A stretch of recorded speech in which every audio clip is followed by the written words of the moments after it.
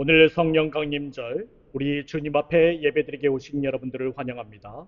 우리가 주님 앞에 신령과 진정으로 예배하기를 원합니다. 이 시간 성부, 성자, 성령의 이름으로 다 함께 예배하시겠습니다. 조용한 기도 드리시겠습니다. 여호와께 감사하고 그의 이름을 불러 아뢰며 그가 하는 일을 만민 중에 알게 할지어다. 그에게 노래하며 그를 찬양하며 그의 모든 기이한 일들을 말할지어다. 그의 거룩한 이름을 자랑하라. 여호와를 구하는 자들은 마음이 즐거울지로다. 여호와와 그의 능력을 구할지어다. 그의 얼굴을 항상 구할지어다. 아멘. 우리 다 함께 자리에서 일어나 찬송가 183장 부르시겠습니다.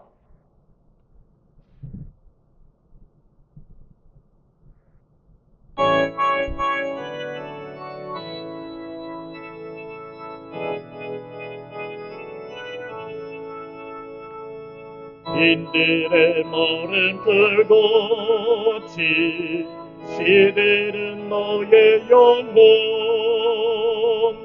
주님이 약속한 성령 간절히 기다리네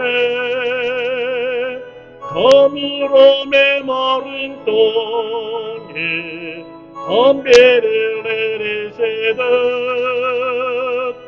성령의 담배를 부어 새 생명 주옵소서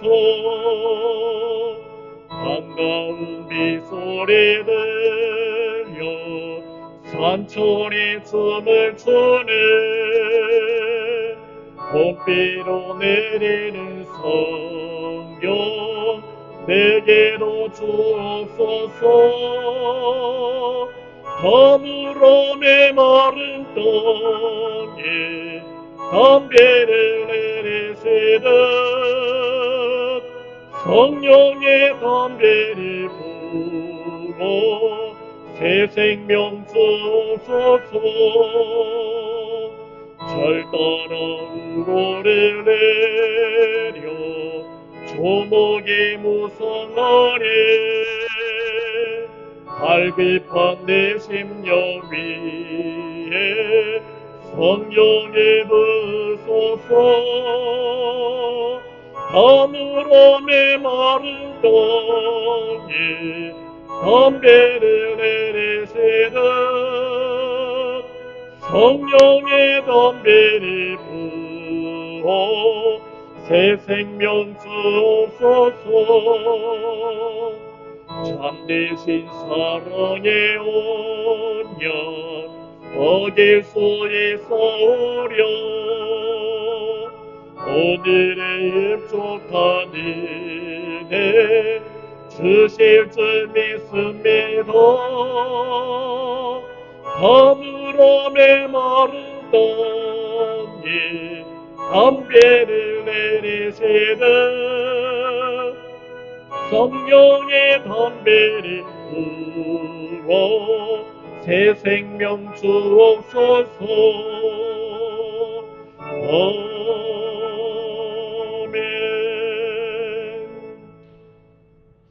우리 다 함께 사도신경 하심으로써 우리의 신앙을 고백하겠습니다.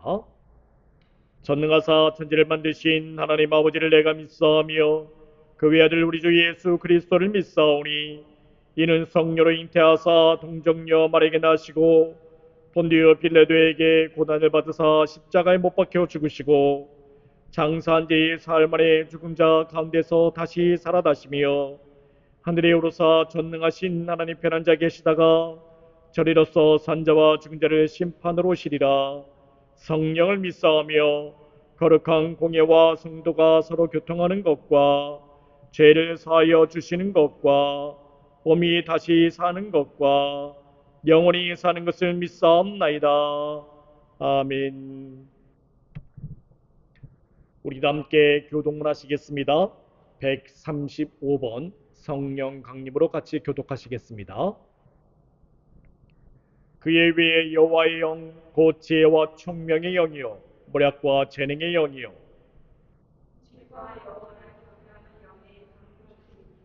오직 하나님이 성령으로 이것을 우리에게 보이셨으니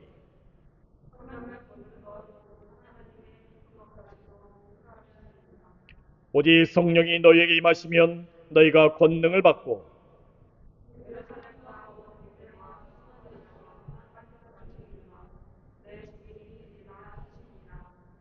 아멘.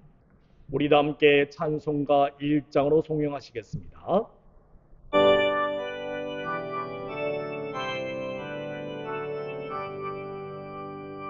만복의 근원하나님 온 백성 찬송 드리고 저 천사여 찬송하세 찬송 성부 성자 성령 아멘. 자리에 앉아주시기 바랍니다. 우리 다 함께 주님께서 가르쳐 주신 기도 드리시겠습니다. 하늘에 계신 우리 아버지여, 이름이 거룩히 여김을 받으시오며 나라의 임하옵시며 뜻이 하늘에서 이루어진 것 같이 땅에서도 이루어지이다.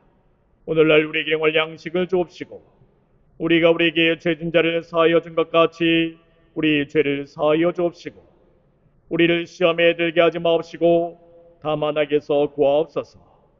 대개 나라와 권세와 영광이 아버지께 영원히 있사옵나이다.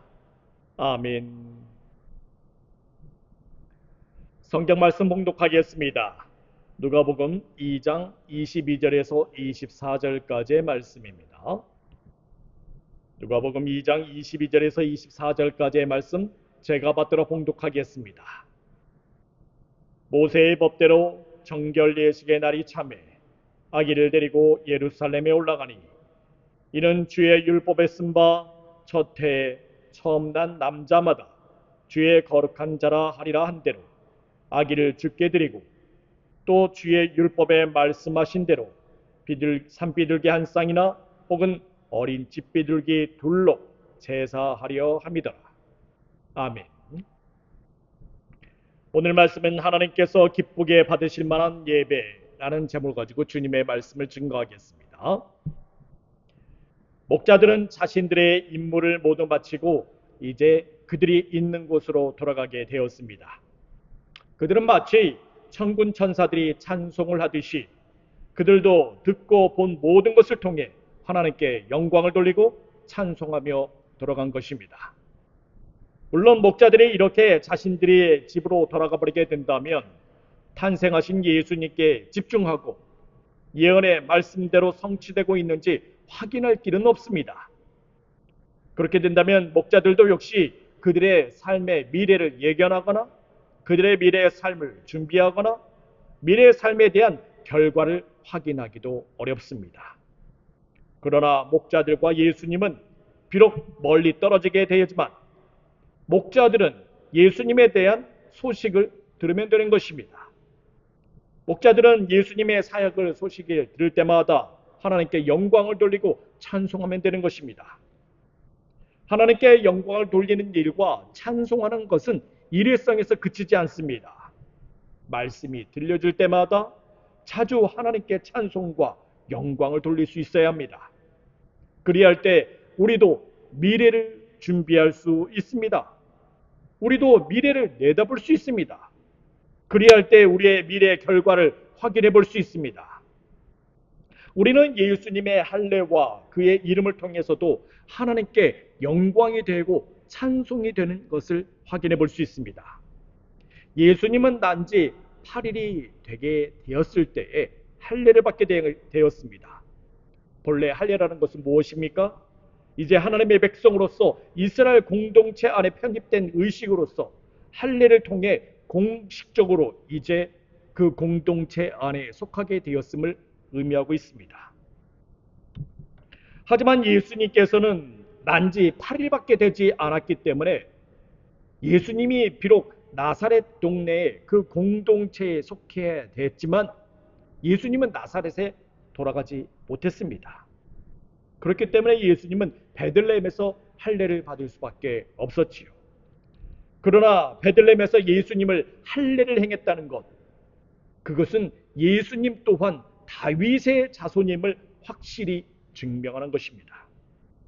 예수님께서 아직 성장하지도 않은 채 베들레헴에 머무를 수밖에 없었지만 난지 8일 만에 그곳에서 할례를 받아야 하는 일은 분명히 하나님께서 계획하신 일입니다. 예수님의 신분이 바로 다윗의 자손임을 굳건히 하는 일이 되는 것입니다. 또한 예수님의 이름을 짓는 것도 하나님께 찬송과 영광이 되는 일입니다. 마리아와 요셉은 천사가 전하여 준 그 이름을 그대로 고수함으로써 할례 받은 현장에서 그 이름을 증거하였습니다. 그 조상의 이름인 다윗이라는 그 이름을 거부하고 천사가 전하여 준 그 이름 예수라는 이름을 고수한 것입니다. 물론 여러분들, 다윗이라는 그 이름은 이스라엘에서 최고의 왕의 이름입니다. 다윗은 베들레헴 출신으로서 요셉의 조상이기 때문에 충분히 아이의 이름을 다윗이라고 말할 수 있지요. 그 이름을 붙인다면 참으로 사람들이 인정해주는 이름이 될 수 있을 것입니다. 그러나 예수라는 그 이름은 그렇지 않습니다. 예수라는 이름은 당시에 많은 사람들이 사용하는 이름이었습니다. 매우 흔한 이름이었지요. 그래서 다윗이라고 이름을 붙인다면 물론 훨씬 더 고급스럽습니다. 훌륭합니다. 왕의 이미지에 너무나도 걸맞는 이름이 될 수 있습니다. 하지만 그 다윗이라는 이름, 천사가 일러준 이름이 아닙니다. 천사는 예수라는 그 이름, 하나님께서 구원하시다라는 그 이름을 알려준 것입니다. 네, 그렇습니다. 하나님께서 분명히 계획하시고 준비해 주신 이름인 것입니다. 예수님의 예수라는 그 이름을 아이에게 붙여준다면 그것은 하나님께 순종하는 일이 되는 것입니다. 이것이 하나님의 말씀에 우선하는 것이지요. 하나님 말씀에 집중하는 것입니다. 여러분들, 우리에게도 마찬가지죠. 하나님께서 우리에게 말씀하신 바가 있습니다. 기도하는 중에 말씀하십니다. 우리가 말씀을 듣는 중에 말씀하십니다. 또한 우리의 감동을 통해서 성령 강림절 아닙니까? 하나님께서 주시는 감동이 있습니다. 성령께서 주시는 감동이 있습니다. 그 감동에 따라서 우리에게 주시는 것이 있지요. 하지만 그것을 제외하고 우리가 다른 길로 가게 된다면 그것은 하나님께 집중하지 못합니다. 하나님께 순종하는 것이 아니지요.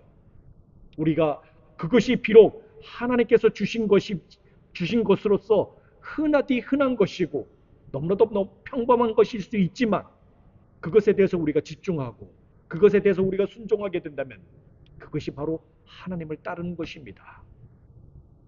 예수님도 마찬가지이지요. 그 이름이 남들보다 우월하지 못할 수도 있습니다. 남들 보기에 너무나도 평범할 수도 있습니다. 하지만 여러분들, 거기에 구원이 있습니다. 거기에 흠이 없이 거룩한 길로 나아갈 수 있습니다.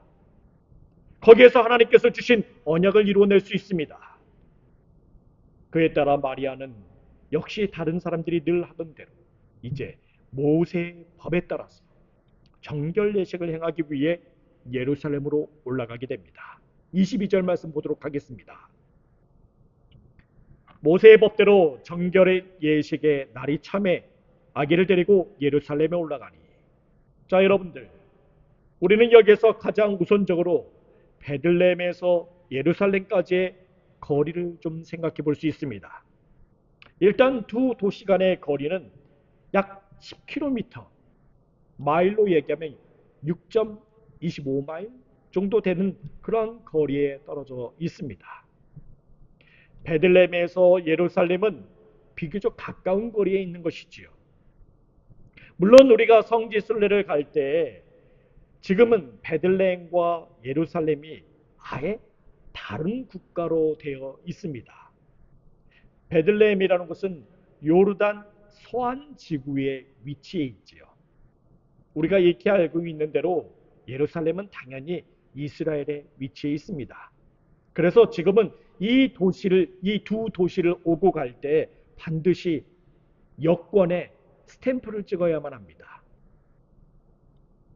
베들레헴에서 예루살렘까지 들어와 여행을 한다면 이 스탬프로 인해서 사실 여행에 있어서 많은 제약을 받게 되지요.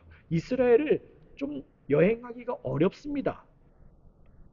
하지만 예수님 당시 베들레헴과 예루살렘은 비교적 가까운 거리에 있었지요.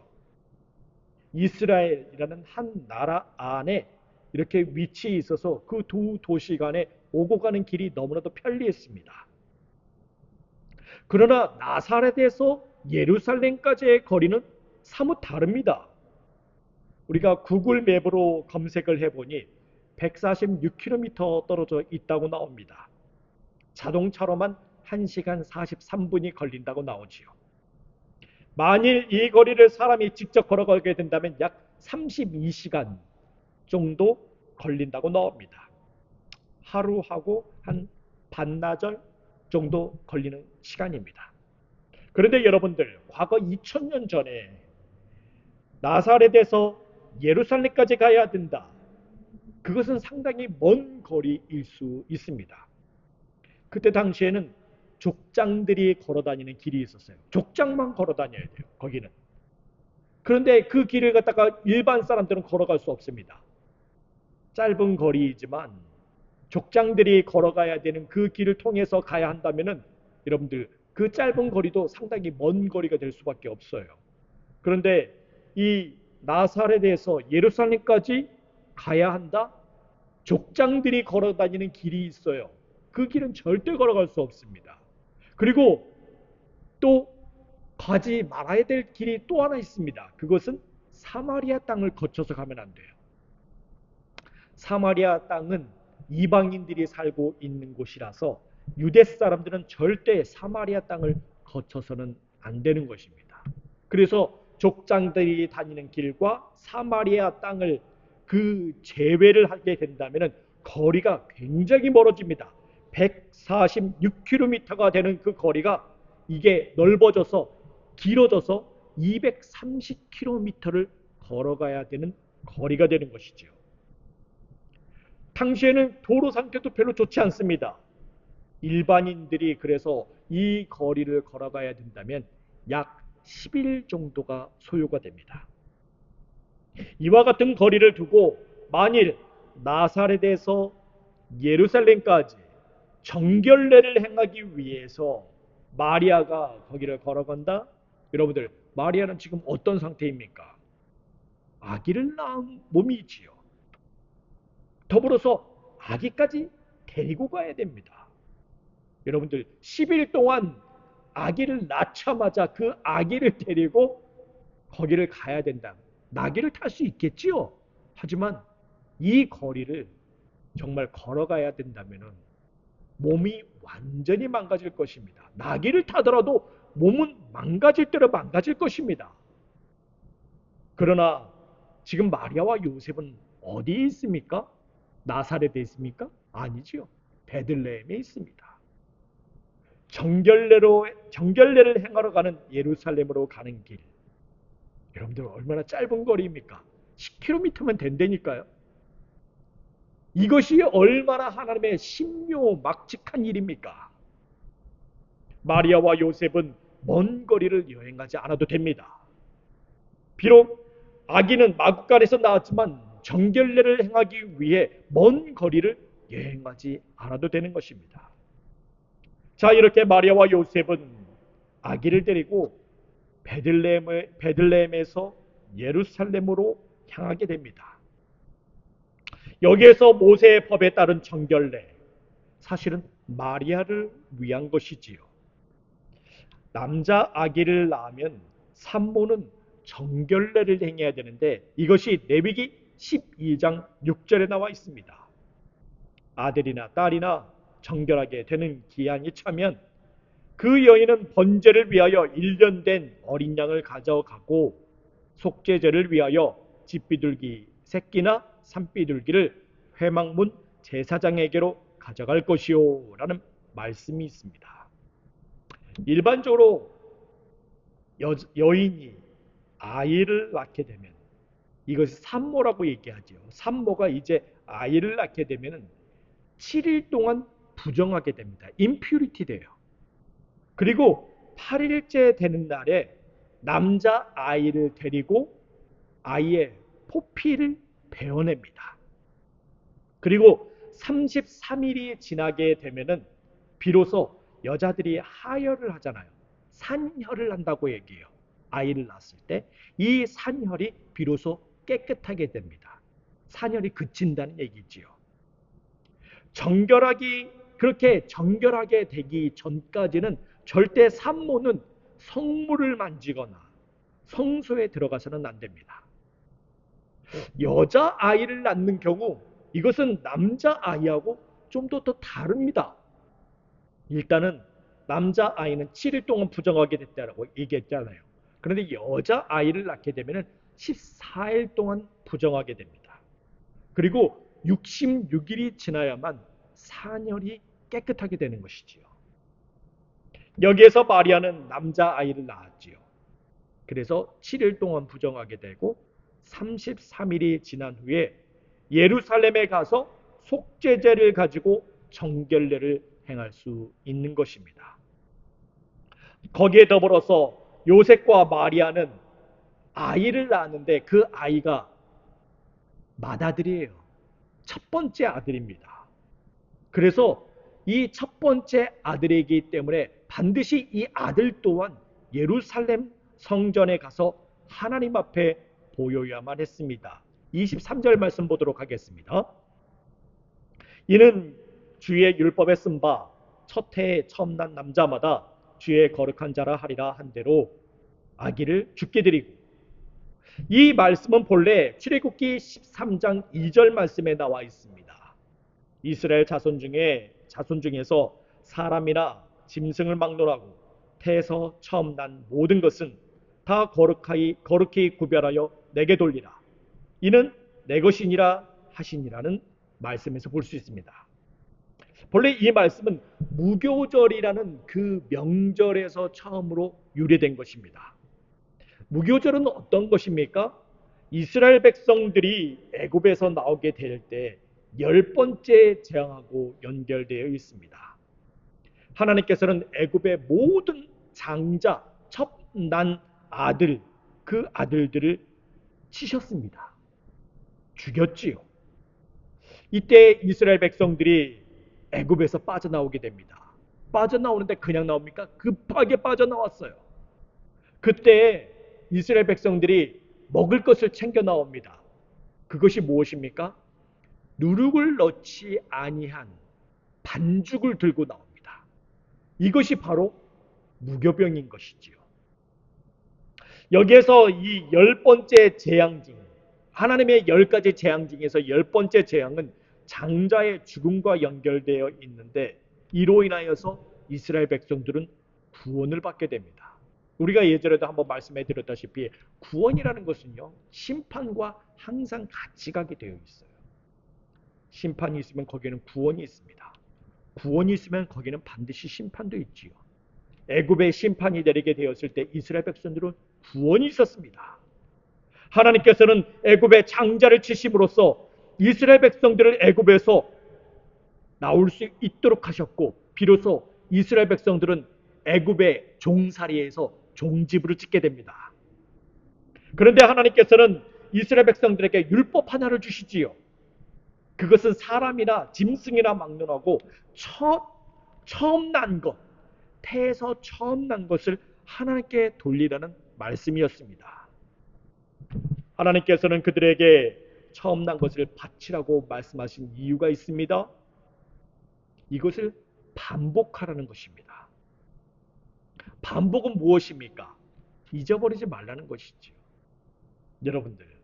여러분들이 어떤 걸 갖다가 잘 외우고 싶습니까? 메모리를 잘하고 싶어요? 그럼 반복을 하면 돼요. 예전에 제가 한번 미나한테 파이를 어떻게 하면 외울 수 있을까? 3.14 어쩌고저쩌고 쭉 나가는 거 있잖아요. 그 파이를 갖다가 우리 미나에게 한번 외우는 방법을 알려줬어요. 그것은 무엇이냐? 반복하라는 것입니다. 한번 쭉 읽어보라는 거예요. 읽어본 다음에 생각나는 것까지만 딱 해보고 다시 한번 쭉 읽어보라는 거예요.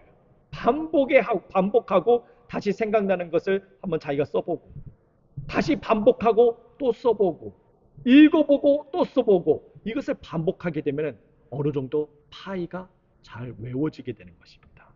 그래서 우리 미나가 그때 1등하게 됐지요. 반에서. 파이를 얼마나 길게 외울 수 있는가. 네. 반복입니다. 반복은 바로 기억을 하라는 것이에요. 첫 태생, 하나님께서 처음 난 것을 주님께 돌리라 라고 말한 것은 이 10번째 재앙, 그 10번째 재앙을 통해서 하나님께서 이스라엘 백성들을 구원하셨다라는 것을 계속해서 기억하라는 얘기입니다. 기념이라는 것은 바로 그것을 얘기하는 거예요. 이것을 왜 우리가 기념하고 있습니까? 우리가 예배를 계속해서 기념하는 이유가 뭐예요? 주일마다 우리가 주일날 하나님 앞에 예배를 그렇게 드리는 이유가 무엇입니까? 예수님의 부활을 기념하는 것입니다.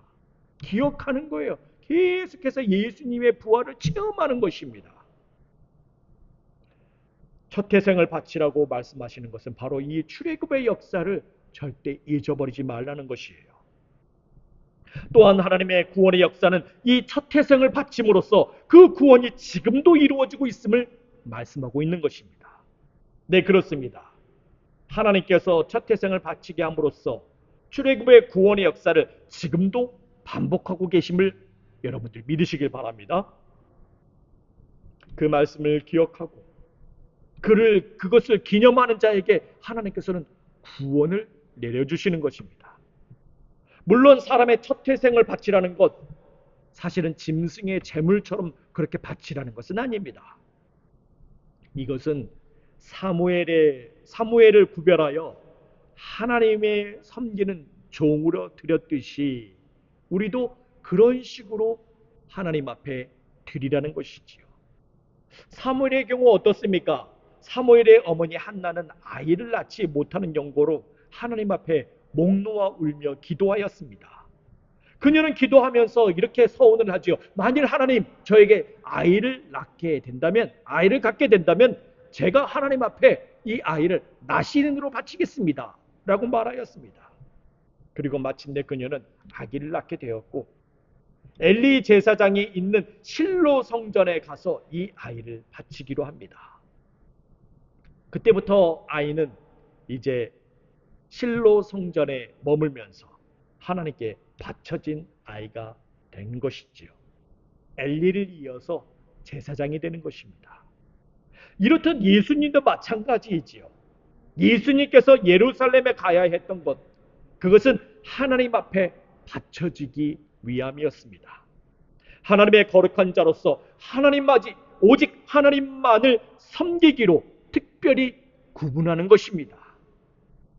여러분들, 우리 또한 하나님 앞에 거룩한 자가 되기 위해서는 오직 하나님만을 섬기기로 나 자신을 구분해야 하는 것입니다. 이와 같은 결단이 있지 않고는 결코 거룩한 자가 될 수 없습니다. 세상에서 그 아무리 깨끗한 자가 된다 하더라도 하나님만을 섬기기로 결단하지 않는다면 그 사람을 거룩한 자라고 흠이 없는 자라고 말할 수 없습니다.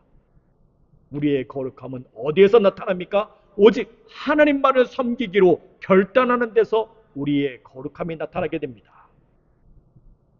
여러분들, 우리는 그렇게 하나님만을 섬기려고 한 사람 중에 여호수아를 확인해 볼 수 있습니다. 여호수아는 이스라엘 모든 지파를 세겜에 모으게 하였지요. 그리고 그들이 하나님 앞에 나와 설 수 있도록 하였습니다. 그리고 그들에게 이제는 오직 하나님만을 경외하며 온전함과 진실함으로 섬기라고 말하였습니다. 조상들이 애굽에서 섬기던 그 신들은 다 치워버리라고 얘기하지요. 오직 하나님만을 섬기라고 말하였습니다. 물론 여호수아가 이스라엘 사람들에게 선택권을 주기는 했습니다. 만일 하나님의 섬기는 것이 너희들 보기에 좋아 보이지 않거든 요단강 저쪽에서 섬기는 신을 섬기든지 아모리 족속의 신을 섬기라고 말하였지요. 그와 동시에 여호수아가 단호히 그들에게 선포합니다. 나와 내 집은 하나님만을 섬기겠다 라고 말입니다. 이때 백성들이 여호수아 앞에 이렇게 얘기합니다. 우리들은 결코 하나님을 떠나지 아니할 것입니다. 다른 신을 절대 섬기지 않겠습니다. 우리도 하나님을 섬길 것이며 그분만이 우리들의 하나님을, 그렇게 그들은 고백했습니다. 여러분들, 이 백성들의 신앙 고백이 어디서 나온 것입니까? 그것은 바로 여호수아의 선택에서 나온 것입니다. 네, 그렇습니다. 그 아무리 질비한 가나안 땅에, 신들이 질비한 그 가나안 땅에 있다 하더라도 거기에서 단 한 사람의 신앙 고백이 있으면 그곳은 거룩한 곳, 즉 하나님을 섬기는 곳으로 변화되게 되어 있습니다. 하나님을 섬겨. 하나님 말을 따라. 하나님 말씀을 들어. 그렇게 그들에게 종용하거나 달래거나 내지는 협박하지 않아도 돼요. 거기에 무엇이 필요합니까? 내 신앙 고백이 필요한 것입니다.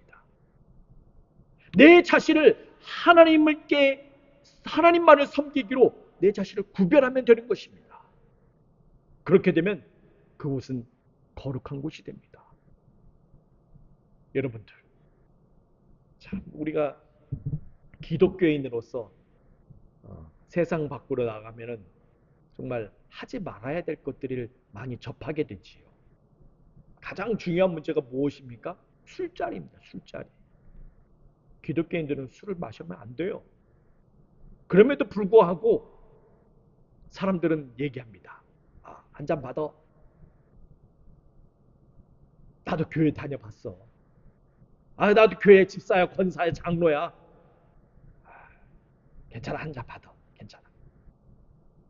그러면서 술을 이렇게 권해봅니다. 한 잔 마셔볼까? 그러면 거기서는 끝나는 거예요. 온통 술판이 되어버립니다. 하지만 거기서 내 신앙을 지키는 거예요. 나 예수 믿는 사람이야. 마실 수 없어. 나 예수님 따르는 사람이야. 나 예수 믿는 사람이야. 하나님만을 믿기로 했어. 하나님께서 말씀하셔서 마시지 말라. 거룩함을 지키라. 그러면서 술을 거부해요. 그러면 그곳이 거룩한 곳이 되는 것입니다. 거룩해져요. 왠지 아십니까? 쟤한테는 절대 술을 권하면 안 돼. 완전히 예수쟁이야. 그러면서 그곳이 거룩한 곳으로 변하게 되게 돼 있어요. 더불어서 옆에서 또 얘기를 하지요. 내가 거기서 신앙 고백을 하잖아요. 그러면요, 다른 옆에 있는 사람도 나도 사실은 교회 다녀. 예수를 믿어. 나도 안 마실 거야. 그러면서 한 명씩 한 명씩 고백하게 돼 있어요. 같이. 그러면 거기에서 술은 뭘로 바뀝니까? 콜라로 바뀌게 되지요. 네, 그렇습니다. 내 자신을 구분하면 되는 거예요. 내 자신이 거기서 신앙 고백을 하면 되는 것입니다. 하나님만을 섬기기로 선언하면 되는 것입니다. 그러면은 주변이 바뀌게 돼 있어요. 여호수아가 바로 그것을 한 것입니다. 야, 너희들 다른 신들 섬겨도 돼. 하나님 마음에 안 들면 섬겨도 돼. 하지만 나는 분명히 선언하겠어. 나와 내 집은 하나님만을 섬기겠다. 이 신앙 고백이 있으니 이스라엘 민족들이, 전부 다 이스라엘 백성들이 다 같이 하나님을 섬기겠다고 나서게 된 것입니다. 자, 이렇게 예수님을 하나님의 거룩한 자로 바치기로 한 그 일은 하나님께서 기뻐 받으실 만한 산제사가 되고 있습니다. 물론 그와 같은 산제사는 단순히 그 고백만 가지고 드려지는 것은 아닙니다. 24절 말씀을 보게 되니 실제로 제물을 드리는 일과 동반하게 되어 있습니다. 또 주의 율법에 말씀하신 대로 비둘기 한 쌍이나 혹은 어린 집비둘기 둘로 제사하려 함이더라. 네, 그렇습니다. 예수님을 하나님께 드리는 일은 단순히 신앙 고백만 가지고 되는 것은 아닙니다. 거기에는 출애굽의 말씀처럼 그 규범에 따라서 이루어져야만 합니다. 출애굽기 22장 20절에서 29절에서 30절 말씀을 보게 되면 너는 내가 추수한 것과 내가 짜낸 집을 바치기를 더디하지 말지며 내 처음 난 아들들을 내게 줄지며 내 소와 양도 그와 같이 하되 이래 동안 어미와 함께 있게 하다가 여드레 만에 내게 줄지니라는 말씀에 따른 것입니다. 일단 처음 난 아들을 하나님께 드림에 있어서 같이 드려야 될 제물이 있는 것입니다. 그것이 무엇이라고요? 추수한 것과 짜낸 집을 함께 드려야 한다는 것입니다. 이와 같은 제물을 히브리어로 뭐라고 얘기해요? 민하라고 얘기해요. 민하. 이 제물들을 첫 태생과 함께 드려야 되는 것입니다. 하나님 앞에 첫 태생을 바치는 데 있어서 여러분들 첫 태생을 바친다, 처음 난 것을 바친다, 상징적인 것일 수 있어요. 하지만 여기에 하나님께서는 얘기합니다. 이 민하라는 제물과 같이 드리라는 것이지요. 네, 그렇습니다. 하나님께서는 모든 제물을 받으심에 있어서 반드시 거기에 상징적인 것만 받지 아니하십니다. 하나님 앞에 드리는 것은 거기에 따른 물질도 있어야 돼요. 하나님께서 그래야만이 받으실 만한 제물이 되는 것입니다. 그래서 이와 같은 물질을 바치는 데 있어서 절대 더디 드려서는 안 된다고 얘기합니다. 이와 같은 일은 사람의 첫 아들에서만 해당되는 것은 아닙니다. 소와 양도 그리해야 하는 것입니다. 첫 태생인 소와 양을 하나님 앞에 드릴 때도 반드시 추수한 것과 짜낸 집을 함께 바쳐야만 하는 것입니다. 여러분들, 왜 그런데 이렇게 추수한 것과 짜낸 집을 갖다가 하나님 앞에 바치는 것일까요? 아니, 첫 태생 바쳤으면 됐잖아요. 근데 왜 거기에 대해서 추가로 이것을 바치라고 얘기하는 것일까요? 여러분들, 첫 태생을 언제 바치는지 아십니까? 지금 예수님을 예루살렘에 언제 데려가고 있어요? 할례를 한 다음에 8일째 되는 날에 하나님 앞에 가서 바치는 것입니다. 난지 8일 만에 하나님 앞에 바치는 거예요. 그런데 소와 양도 마찬가지이죠. 난지 8일 만에 하나님 앞에 바치는 것입니다. 핏덩어리 같은 그런 새끼를 바치는 거예요. 그래서 이 첫 태생을 바친다라는 것은요, 상징적인 의미를 가지고 있어요. 그 새끼를 직접 바치는 것이 아닙니다. 이것은 하나님 앞에 사무엘처럼 하나님의 종으로 만들겠습니다. 이것은 하나님의 것으로서 키우겠습니다. 라는 것으로 이 상징적인 의미를 가지고 있어요. 그런데 하나님께서는 이 상징적인 것만 가지고 나오지 말라는 거예요. 뭣도 가지고 나오라는 것입니까? 손으로 직접 잡을 수 있는 물질을 가지고 나오라는 거예요. 그것이 뭐예요? 바로 추수한 것과 짜낸 집이에요. 짜낸 집이라는 것은 무엇입니까? 음료한 것이죠. 음료죠. 추수한 것은 무엇입니까? 곡식을 얘기하는 거예요. 이거 직접 가지고 나오라는 것입니다. 그래야만이 이것이 하나님께서 받으실 만한 향기로운 제물이 될 수 있다는 거예요. 여러분들, 우리도 분명히 알아야 될 것이 있습니다. 우리가 하나님 앞에 바쳐지는 그 모든 것은 정말 하나님께서 받으실 만한 제물이 되어야 됩니다. 하나님께 바친다고 해서 뭔가 열심을 하긴 했는데 그것이 하나님께서 받으실 만한 것이 되지 못한다면 괜한 것을 한 것이에요. 실질적인 것이 없이 시간과 정성, 마음을 다 쏟았어요. 그것이 그런데 하나님 앞에서 받으실 만한 것이 되지 못한다면 차라리 안 하는 게 더 낫습니다. 우리는 그러한 사실을 가인과 아벨의 제물에서, 그 제사에서 확인해 볼 수 있습니다. 창세기 4장을 보게 되면 가인은 땅의 소산으로 제물을 삼아 하나님께 드렸습니다. 아벨은 양의 첫 새끼와 그 기름으로 하나님 앞에 드렸죠. 여기서 히브리어 성경을 보게 되면 가인이 드린 제물이나 아벨에 드린 제물, 즉 곡식 제물이나 짐승 제물이 같은 히브리어로 되어 있어요. 따로따로 구분해 놓지 않았습니다. 뭐라고 얘기해요? 다시 한번 따라하겠습니다. 민하라고 얘기를 해요. 곡식제물도 민하고 짐승제물도 민하예요. 히브리어로. 그러나 하나님께서는 아벨의 제물은 받으셨지만 가인의 제물은 받지 않으셨습니다. 히브리어로 같은 단어 민하라고 쓰여 있긴 하지만 하나의 제물은 받으시고 하나의 제물은 받지 않으셨어요. 그렇다면 왜 같은 민하인데 아벨의 제물은 받으시고 가인의 제물은 받지 않았을까요? 그것은 가인의 제물에 대해서 가인이 거기에 대해 상징성을 부여하지 않았기 때문에 그렇습니다. 하나님께서 받으실 만한 제물은 가지고 왔어요. 그런데 거기에 상징성, 의미가 없는 것이에요. 네, 그렇습니다. 이 부분에 있어서 제물의 문제가 아니에요. 상징성에 대한 문제가 있는 것입니다.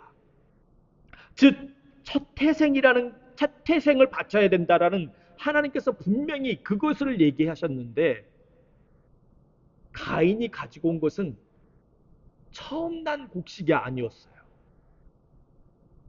처음 난 곡식은 따로 챙겨두고 그 뒤에 있는 곡식을 가지고 오게 되었지요. 여기에 의미가 사라지게 된 거예요. 하지만 아벨은 달랐습니다. 아벨이 가지고 온 재물은 첫 태생이었어요. 의미가 있어요. 상징성을 가지고 있습니다. 그것을 하나님께서 받으신 거예요. 그래서 우리가 재물을 바치는 데 있어서 항상 두 가지가 같이 가야 된다고요. 상징성도 있어야 되고 실제로 손으로 잡힐 수 있을 만한 것도 같이 가지고 가야 된다는 거예요. 둘 중에 하나라도 결여되게 되면은 거기에는 큰일이 일어납니다. 가인에게 있어서 상징성이 사라지게 되니까 거기에서 무슨 일이 일어나나요? 아벨을 쳐 죽이는 일이 발생하게 됩니다. 가인은 하나님께서 자신의 재물을 받지 않은 것에 대해서 화가 났습니다. 그래서 아벨을 죽인 거예요. 여러분들, 이렇듯 하나님께서 받으실 만한 것을 드린다는 것 정말 중요한 문제입니다. 여기에는 사람의 목숨이 달려 있습니다. 물론 예수님을 첫 태생으로 제물과 같이 드린다는 것은 상징성은 확실해요. 하지만 거기에 반드시 제물을 겸하여 드리는 것이 상당히 중요하게 부각되어 있습니다. 상징성과 실질적인 제물은 항상 같이 가야 되는 부분이고 그 중에 하나라도 없어지게 된다면 하나님께서 받지 아니하시는 제물이 되고 맙니다. 하나님께서 받지 아니하는 제물, 굉장히 중차대한 문제로 발전하게 됩니다. 그래서 예수님께서는 그 얼굴을 하나님 앞에 보이심으로써 상징성을 분명히 하셨고 그분 앞에 예물을 드림으로써 율법에 따라서 완전한 제물이 되셨습니다. 하나님께서 받으실 만한 향기로운 제물이 된 것이에요. 여러분들, 그것은 우리의 예배도 마찬가지입니다. 우리의 예배가 하나님께서 기뻐 받으실 만한 예배가 되기 위해서는 반드시 거기에는 시간과 정성과 마음이 있어야 합니다. 더불어서 거기에는 주님께 드릴 예물이 있어야 됩니다. 어느 한 가지에만 집중하는 거예요. 어느 한 가지만 빼버리는 것입니다. 그것은 하나님께 기쁨이 될 수 있는 예배가 되지 못해요. 더욱이 하나님께서 받으실 만한 예배가 되지 못한다면 그것은 생명 또한 보장될 수 없습니다. 여러분들, 예배를 가벼이 여기지 마십시오. 한 번의 예배가 우리의 삶을 송두리째 바꿀 수 있습니다. 거기에서 우리는 생명을 얻을 수 있습니다. 거기에서 우리는 생명을 빼앗길 수도 있습니다. 우리 예수님께서는 태어나자마자 하나님께 산 제물이 되어주심으로 하나님께 기쁨으로 흠양하시는 예배를 드렸습니다. 여러분들, 우리 또한 그와 같은 예배를 드려야 하는 것입니다. 그리할 때 우리의 모든 생명이 풍성하게 넘쳐나는 일이 될 줄 믿습니다. 기도하시겠습니다. 주님, 우리가 한 곳에만 집중하지 않게 하시고 이것도 행하고 저것도 행함으로 주님, 우리 주님께서 받으실 만한 그러한 향기로운 제물, 예배가 되게 하여 주시옵소서. 하나님, 마음만 드렸으면 됐지, 시간만 드렸으면 됐지, 정성만 드렸으면 됐지, 물질이 무슨 소용이 있느냐라고 우리는 그렇게 반문하기도 합니다. 하지만 우리 주님께서 말씀하십니다. 그것은 주님을 기쁘시게 하는 예물이 될 수 없다고 우리 주님께서 말씀하시오니, 주님, 우리가 시간과 정성, 마음을 들이되 거기에 실질적으로 손이 잡힐 수 있을 만한 예물도 우리 주님께 드려지게 하여 주시옵소서. 그리할 때 우리 주님 기뻐 받으실 줄 믿습니다. 예수 그리스도의 이름으로 기도합니다. 아멘. 우리 함께 찬송가 383장 1절 부르면서 주님께 봉헌하시겠습니다.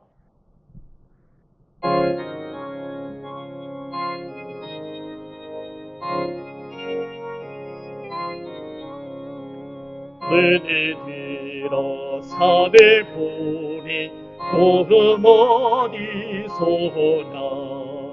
전지지은 주 하나님 나를 도와주시네. 너의 발이 실족과 함께 주가 되어 지키며 택한 백성 항상 지켜 길을 보하시네. 우리도 함께 바쳐진 헌물을 위해 기도하겠습니다. 감사하시고 고마우신 하나님 아버지, 오늘 거룩한 주일 우리 주님 앞에 나와 우리가 예배를 드리게 하심을 감사합니다.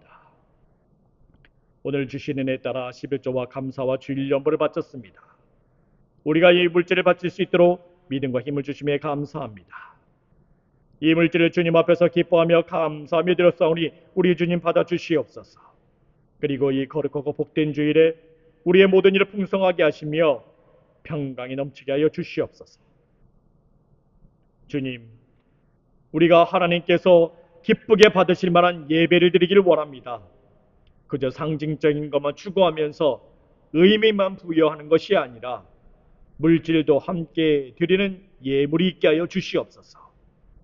또한 물질만 드림으로써 가인처럼 재물의 의미를 퇴색시키는 것이 아니라 거기에 우리의 마음과 정성, 시간, 특히 우리의 사랑이 있게 하여 주시옵소서. 그리함으로써 하나님께서 흡양하시는 향기로운 재물이 우리 가운데 늘 항상 있어 성령이 충만한 예배가 있게 하여 주시옵소서. 주님, 주일 성수를 위해 기도하시는 분도 있습니다. 그의 모든 하나님 직장을 우리 하나님께서 새롭게 하여 주셔서 온전히 주일 성수를 할 수 있도록 우리 하나님 은혜를 베풀어 주시옵소서. 이로 인하여서 또한 마음이 아프고 병들고 마음에 상처가 있습니다. 회복시켜 주시옵소서. 어두운 그늘과 병마른 예수의 이름으로 물러가게 하시며 모든 상처가 깨끗게 씻음 받게 하여 주시옵소서. 오직 빛으로 비추고 소금으로 쓰임받는 귀한 삶이 있기를 원합니다. 오늘 모여진 예물들이 주의 사업을 위해 쓰여지는 곳곳마다 영광 나타나게 하여 주시옵소서. 바쳐진 손길들을 기억하셔서 그 손길과 각 가정들이 생명력 넘치게 하여 주시옵소서. 예수 그리스도의 이름으로 기도합니다. 아멘. 교회의 소식 알려드리겠습니다. 오늘은 성령 강림절입니다. 사랑하는 여러분, 여러분의 영혼이 잘된 같이 여러분이 범사에 잘되고 강건하시기를 간구합니다. 여러분 안에 있는 진리를 증언하시고 또한 여러분들 진리 안에서 행하시길 바랍니다. 우리가 교회 모여 예배를 드리고 있습니다. 교회에 오지 못하는 분들은 카카오톡 라이브와 유튜브를 통해 온라인 예배 하실 수 있습니다. 이메일을 통해 보내드리는 링크를 참조해 주시길 바랍니다. 우리 다 함께 자리에서 일어나 찬송가 327장 부르시겠습니다.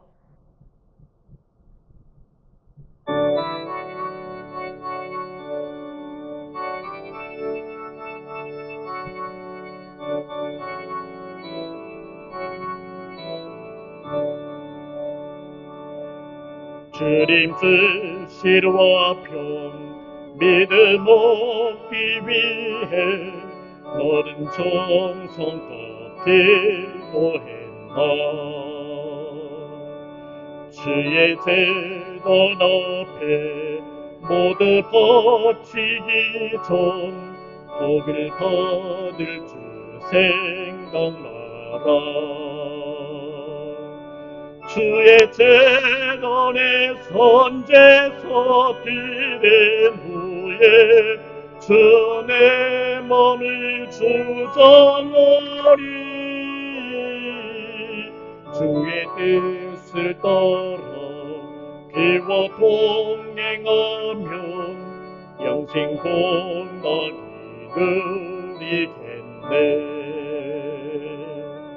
주의 밝은 빛에 항상 활동하며 선한 사업이 힘쓰겠나. 자유 얻으려면 주의 뜻을 따라 너의 모든 것 희생하라. 주의 재단에 선제서 드린 후에 주의 몸을 주장하리. 주의 뜻을 따라 그와 동행하면 영생 복나기 누리겠네. 주의 재단 앞에 모두 바친 후에 주와 온전히 서기겠네. 주님 주신 기쁨 또한 그의 사랑 어찌 말로 다 형용하랴. 주의 재단에 선제서 드린 후에 주의 몸을 주장하리. 주의 뜻을 따라 행하면 영생 복나기 누리겠네.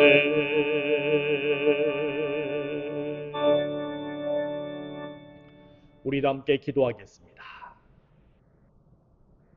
지금은 길이요 진리요 생명 되시며 부활 되신 우리 구주 예수 그리스도의 은혜와 하나님 아버지의 만극하신 사랑과 성령의 감화하시고 내주하시고 충만하게 교통하심이 마음과 뜻과 정성과 힘을 다하여 그 가운데 예물을 드려 하나님께 기쁨이 되는 예배를 이루어 나가기를 원하는 사랑하는 성도들 머리머리 위에 이들의 가정과 일하는 곳들과 공부하는 곳 그 모든 처소들 위에 두고 온 고국과 이 미국 땅 위에 지금으로부터 영원토록 함께 하시길 간절히 축원하옵나이다. 아멘.